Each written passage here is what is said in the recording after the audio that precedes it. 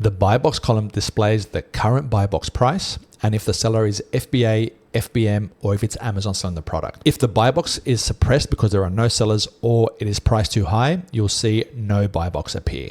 When you hover over this section, you can see a lot of important information. For example, who the current seller is, if they're qualified for the buy box averages, the highest and lowest buy box price. Also, another very important point of information is the maximum eligible price. This is the maximum price that you can price this ASIN at before the buy box becomes suppressed. If you're not happy with the current buy box price you're viewing, you can adjust the buy box price in the buy box override column.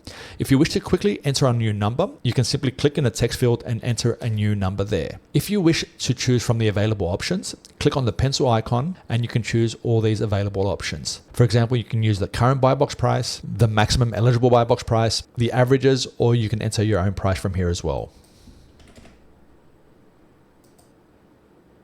You also have the option to perform a mass buy box override from the actions section.